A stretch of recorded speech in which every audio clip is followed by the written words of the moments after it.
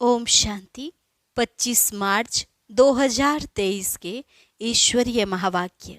पहले सुनते हैं मुरली के मुख्य पॉइंट्स। बाबा ने कहा, ज्ञान सागर तुमको ज्ञान अमृत पिलाए पावन बना रहे हैं। अब सबको वापस जाना है।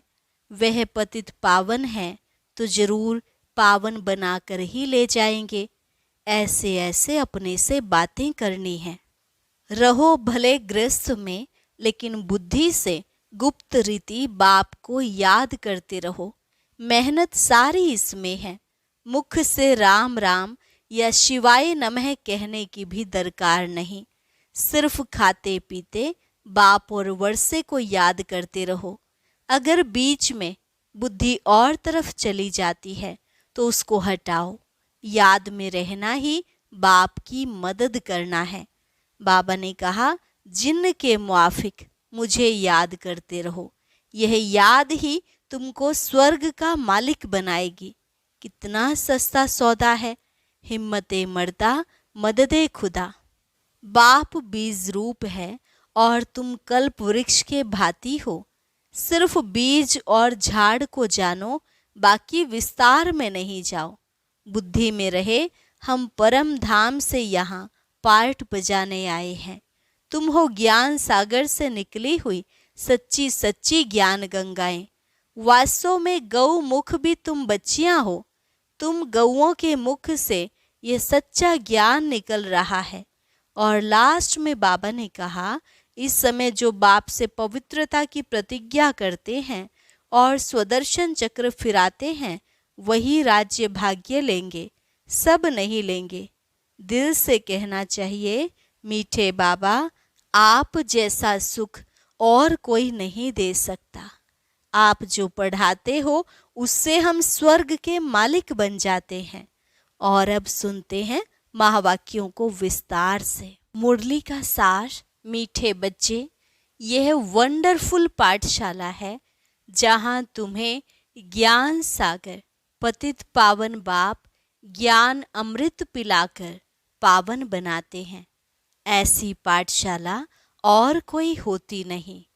प्रश्न, बाप की कौन सी एक राय स्वीकार करो तो बाप हर पल तुम्हारा मददगार है? उत्तर, बाबा राय देते, बच्चे तुम जिन्न के मुआफिक मुझे याद करते रहो। खाते पीते चलते बुद्धि योग मेरे में लगाओ और सब तरफ से बुद्धि हटाते जाओ। तुम बाप और स्वर्ग को याद करने की सेवा करो। यही तुम्हारी मदद है। यह याद ही तुम्हें स्वर्ग का मालिक बनाएगी। यही सस्ता सौदा है। हिम्मत रखो तो बाबा हर पल तुम्हारा मददगार है। हिम्मते मर्दा मददे खुदा। गीत। मुझको सहारा देने वाले दिल कहे तेरा शुक्रिया। ओम शांति। बच्चों ने गीत सुना। यह बच्चे बच्चे कहने वाला कौन है? जरूर बच्चा कहने वाला बाप ही है। यूं तो दुनिया भी जानती है कि बच्चे कहने वाला एक तो है परम पिता, जिसको परमात्मा यानी परमात्मा कहा जाता है। तुम सब बच्चे हो। तुम बच्चे मनुष्य से देवता बनने के लिए इस पाठशाला में पढ़ते हो। तुम जानते हो कि हमको बेहद का बाप पढ़ाते हैं। यह बाप भी है तो टीचर भी है। मात पिता के बहुत बच्चे हैं। बच्चे तो बहुत वृद्धि को पाते जाएंगे। परम पिता परमात्मा बैठ पढ़ाते हैं। यह वंडर है ना। ऐसी वंडरफुल विचित्र पाठशाला दूसरी कोई होती नहीं। बच्चे जानते हैं, ज्ञान सागर जो पतित पावन है, वही ज्ञान अमृत पिलाकर पावन बनाते हैं। गाते भी हैं, हे पतित पावन आओ। तो जरूर यह पतित दुनिया है और पावन दुनिया भी है। नई दुनिया नए घर को पावन कहेंगे, फिर वही घर पुराना होना ही है। तो बच्चे जानते हैं, यह पुरानी दुनिया है। नई दुनिया थी वहाँ बहुत सुख था। बच्चों ने गीत सुना। वह तो सिर्फ भक्ति मार्ग में गाते हैं, तुम तो अब प्रैक्टिकल में हो। भक्ति मार्ग के गीतों को हम ज्ञान में ले आते हैं। तुम बच्चे जानते हो, बाप सभी को वापस लेने आए हैं। पतित पावन है तो पावन बनाकर ले जाएंगे। ऐसे ऐसे अपने से बातें करनी है। यह जरूर पतित दुनिया है। पावन देवताओं को व पावन सन्यासियों को पतित मनुष्य नमन करते हैं, परंतु पतित पावन बाप एक ही है। सभी उस पावन बनाने वाले को याद करते हैं, क्योंकि सारी दुनिया को दुख से लिबरेट करना यह बाप का ही काम है। दुख कौन देते हैं? विकार। विकारों का नाम क्या है? काम का भूत, क्रोध का भूत, अशुद्ध अहंकार का भूत। शरीर को भी भूत कहा जाता है, क्योंकि 5 भूतों का बना हुआ शरीर है। आत्मा तो इनसे न्यारी है, एक शरीर छोड़ दूसरा लेती है। अब तुम बच्चे नई दुनिया भी देख रहे हो और उसके लिए पढ़ते भी हो। मनुष्य भी समझते हैं विनाश होना है, महाभारी लड़ाई लगनी है, परंतु फिर क्या होगा यह नहीं जानते, क्योंकि गीता के भगवान को द्वापर में ले गए हैं। राजयोग तो गीता के भगवान ने सिखलाया, श्री कृष्ण तो सिखला न सके। गीता में श्री कृष्ण का नाम डाल उनको द्वापर में ले गए हैं। यह है मुंझारा। हम तुम भी इस मुंझारे में थे, अब निकल आए हैं। मनुष्य तो दुर्गति को पाए हुए हैं। हम अब ज्ञान से सदगति दिन में जा रहे हैं। बाप कहते हैं मैं ज्ञान सागर हूँ और कोई भी ज्ञान दे न सके। ज्ञान सागर एक को ही कहा जाता है, फिर उनसे ज्ञान गंगाएं निकलती हैं। शिव शक्ति ज्ञान गंगाएं कहा जाता है। वह है पानी की गंगा जो बहती रहती है। ऐसे तो नहीं पानी की गंगा जहाँ चाहे वहाँ जा सकती है, नहीं।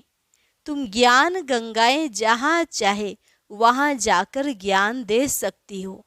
वहाँ ही ज्ञान गंगा प्रकट हो जाती है। वह फिर समझते हैं फलानी जगह गंगा निकली, फिर एक गौमुख बना देते हैं। वास्तव में गौमुख तो तुम बच्चियां हो। तुम गौ के मुख से यह ज्ञान निकल रहा है। तुम हो ज्ञान सागर से निकली हुई सच्ची सच्ची गंगाएं। तुमको सृष्टि चक्र के आदि मध्य अंत का नॉलेज समझाया जाता है। बाप को ही नॉलेजफुल कहा जाता है। वही वर्ल्ड ऑलमाइटी सर्वशक्तिमान है। वे सब वेदों ग्रंथों को जानते हैं, सबका सार समझाते हैं। हर एक धर्म का शास्त्र एक ही होना चाहिए। जैसे श्रीमद् भगवत गीता एक है, बाइबल एक है। इब्राहिम ने आकर इस्लाम धर्म स्थापन किया, फिर उनके पीछे आते जाते हैं। वह जो उच्चारण करते हैं उनका फिर बाद में धर्म शास्त्र बनाते हैं, फौरन नहीं बनाते हैं। उसी समय तो उनको धर्म की स्थापना करनी है। वे सब शास्त्र बाद में बनते हैं। बाप कहते हैं यह वेद शास्त्र जप तप आदि सब है भक्ति कल्ट, यह है ज्ञान कल्ट। भक्ति की आयु अभी पूरी होती है, फिर बाप आकर ज्ञान दे पतितों को पावन बनाते हैं। अब तुम जानते हो अभी हम सो ब्राह्मण हैं, फिर हम सो देवता बनेंगे। 84 जन्मों का पूरा हिसाब किताब बुद्धि में है। अभी हम ब्रह्मा मुख वंशावली ब्राह्मण हैं। पहले हम शूद्र कुल के थे, अभी हम ब्राह्मण कुल के बने हैं। यह भी तुम ब्राह्मण ही जानते हो। देवी देवता धर्म वाले तो कोई है नहीं। हिंदू थोड़े ही जानते कि हम असुल देवी देवता के कुल के थे। अभी हम शूद्र कुल के हैं। अपने धर्म को भूल धर्म भ्रष्ट कर्म भ्रष्ट कंगाल बन पड़े हैं। अभी बाप द्वारा तुम बच्चों ने हम सो हम का अर्थ समझा है। हम सो आत्मा परम धाम की रहवासी हैं, यहाँ आकर पार्ट बजाते हैं। पहले पहले हम सतयुग में देवता कुल में आए, फिर वैश्य शूद्र कुल में आए, फिर जाएंगे देवता कुल में। तुम जानते हो कितने जन्म किस कुल में रहेंगे। बाकी बाबा एक एक का जन्म तो नहीं बैठ बताएंगे, नटशेल में बताते हैं। बीज और झाड़ को जानो बस, बाप बीज रूप है। हम कल्प वृक्ष के भांति हैं, हम परम धाम से आए हैं पार्ट बजाने। सतयुग से लेकर चक्र लगाया, फिर और धर्म वाले फलाने फलाने समय पर आते हैं। फिर जब विनाश होता है तो सब आत्माएं वापस जाती हैं, फिर अपने अपने समय पर नंबरवार आती हैं धर्म स्थापन करने। यह सब राज तुम्हारी बुद्धि में है। बच्चे कहते हैं बाबा आप जो पढ़ाते हैं उससे हम स्वर्ग के मालिक बनते हैं। आप जैसा सुख और कोई नहीं दे सकते। मनुष्य मात्र तो सब अल्पकाल सुख देने वाले हैं, वह तो जानवर भी देते हैं। मनुष्यों का जीवन तो अमूल्य कहा जाता है। मनुष्य ही देवी देवता बन सकता है, मनुष्य विश्व का मालिक बन सकता है। बाबा आपने जो सुख दिया है वह कोई भी दे नहीं सकता। बाबा आप तो हमको विश्व का मालिक बनाते हैं। आप विश्व के रचयिता हैं। तुम तो सिर्फ बाप को याद करते हो बस, और कोई हठयोग आदि की बात नहीं। तुम बाप के बने हो, जानते हो बाबा नए विश्व का रचयिता है। बाबा परम धाम से आए हैं, मोस्ट बिलवेड बाप है। सब उनको याद करते हैं। भले कोई भी धर्म वाला होगा, ओ गॉड फादर, हे भगवान व अल्लाह जरूर कहते रहेंगे। बाप कहते हैं मैं सभी को सुख देकर जाता हूँ। तब भक्ति मार्ग में मुझे याद करते हैं। अभी फिर सुख देने आया हूँ, फिर आधा कल्प मुझे कोई भी याद नहीं करेंगे। वहाँ माया रहती नहीं जो दुख दे। तुम विश्व के मालिक देवी देवता बन जाते हो तो तुम बच्चों की दिल में रात दिन यह रहना चाहिए, बाबा आप हमको विश्व का मालिक बनाते हो, हम हकदार भी हैं। बाप नया विश्व स्वर्ग रचते हैं तो जरूर बच्चों को ही मालिक बनाएंगे ना। गॉड फादर हेवन रचते हैं तो फिर हम सब हेवन में क्यों नहीं हैं? सभी हेवन में हो तो हेल होवे ही नहीं। यह तो हार जीत सुख दुख का खेल है। नई दुनिया फिर पुरानी बनती है। नया कौन बनाते, पुराना कौन बनाते, ये सृष्टि चक्र कैसे फिरता है, यह बुद्धि में रहता है। सतयुग त्रेता में सूर्यवंशी चंद्रवंशी, फिर द्वापर में और धर्म इमर्ज होते हैं। जो जिस प्रकार कल्प पहले हुआ है वैसे ही फिर रिपीट होना है। तुम बच्चे जानते हो अभी फिर से सतयुग स्टार्ट होने वाला है। पुरानी दुनिया खत्म हो, नई आने वाली है। मनुष्य समझते हैं यह दुनिया अजून पुरानी होती ही रहेगी, बहुत समय पड़ा है। बाप कहते हैं तुम घोर अंधियारे में हो, विनाश सामने खड़ा है। मैं आ गया हूँ पतित दुनिया को पावन दुनिया बनाने। आगे तो कोई था नहीं। अभी ब्रह्मा मुख से संतान पैदा होते जाते हैं। प्रजापिता ब्रह्मा के जरूर अनेक बच्चे होंगे जो बैठ पढ़ते हैं, जिनको फिर देवता बनना है। जो बाप से प्रतिज्ञा करते हैं पवित्र बनते हैं और स्वदर्शन चक्रधारी बनते हैं, वही राज्य भाग्य लेंगे। सब तो नहीं लेंगे, बाकी सब अपना अपना हिसाब किताब चुकतू कर वापस जाएंगे। बाबा देवता धर्म की फिर से स्थापना कर रहे हैं और सभी धर्म विनाश होने हैं। महाभारी लड़ाई भी सामने खड़ी है। यह हिस्ट्री ज्योग्राफी का राज गीता का भगवान बैठ समझाते हैं। भगवान की महिमा अलग, श्री कृष्ण की महिमा अलग है। श्री कृष्ण को मनुष्य सृष्टि का बीज रूप, वर्ल्ड ऑलमाइटी अथॉरिटी नहीं कहेंगे। वर्ल्ड ऑलमाइटी अथॉरिटी एक है। सूर्यवंशी की महिमा अलग, चंद्रवंशी की महिमा अलग है। वैश्य और शूद्रवंशी की महिमा अलग है। हर एक की महिमा अपनी है। चीफ मिनिस्टर है, गवर्नर गवर्नर है। सब एक समान थोड़े ही हो सकते हैं। ये सब समझने की बातें हैं। मनुष्य थोड़े ही जानते कि तुम भारत को स्वर्ग बनाते हो। तुम अपने लिए राज्य स्थापन कर रहे हो गुप्त रीति और नॉन वायलेंस से। न काम कटारी की हिंसा, न हाथ पांव चलाने की, न गोली मारने की हिंसा। तुमको कोई हथियार आदि नहीं उठाना है। तुम ब्राह्मण जानते हो, हम बाबा की मदद से कल्प पहले मुआफिक भारत को फिर से हीरे जैसा बना रहे हैं। यह है रूहानी सेवा। मनुष्य तो जिस्मानी सेवा करते हैं। हम बाबा की श्रीमत से श्रेष्ठ बन रहे हैं। बाकी सब मनुष्य मत से भ्रष्ट ही बनते जाते हैं। नीचे उतरना है जरूर। भक्ति भी पहले अव्यभिचारी होती है। वेरी गुड भक्ति। एक की ही पूजा करते, फिर सेकंड ग्रेड में देवताओं की करते, फिर तो कुत्ते, बिल्ली, पत्थर, मिट्टी आदि 5 भूतों की भी भक्ति करने लग पड़ते। उनको कहा जाता है व्यभिचारी भक्ति। अव्यभिचारी से व्यभिचारी बन पड़ते। अब बाप तुमको अव्यभिचारी योग सिखलाते हैं। ग्रस्त व्यवहार में रहते, खाते पीते सिर्फ बाप और वर्षे को याद करना है। मेहनत सारी इसमें है।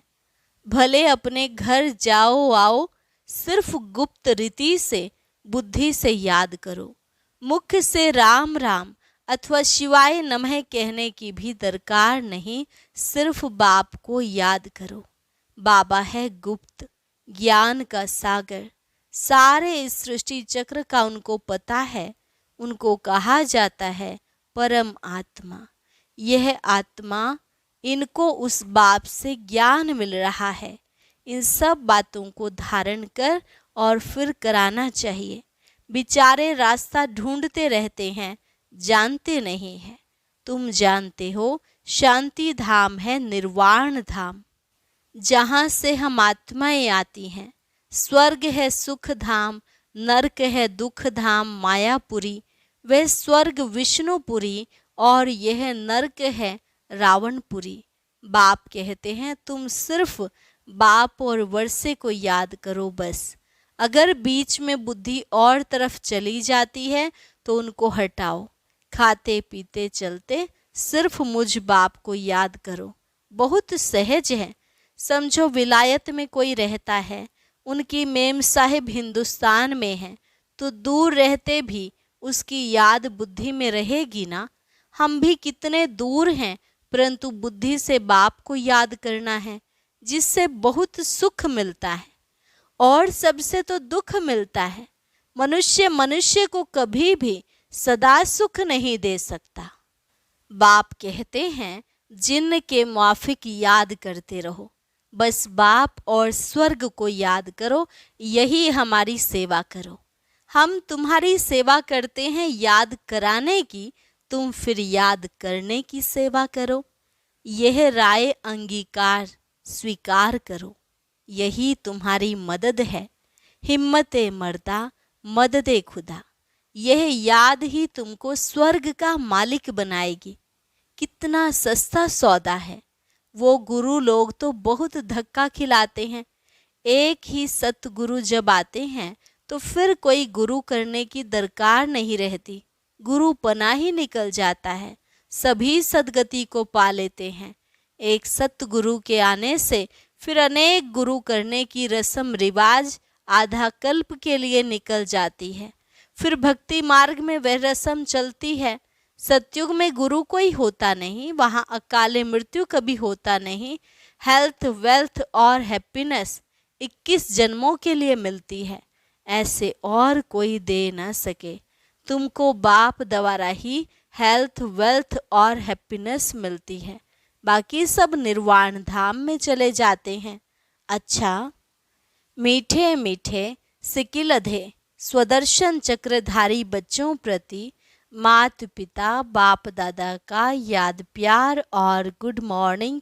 रूहानी बाप की रूहानी बच्चों को नमस्ते।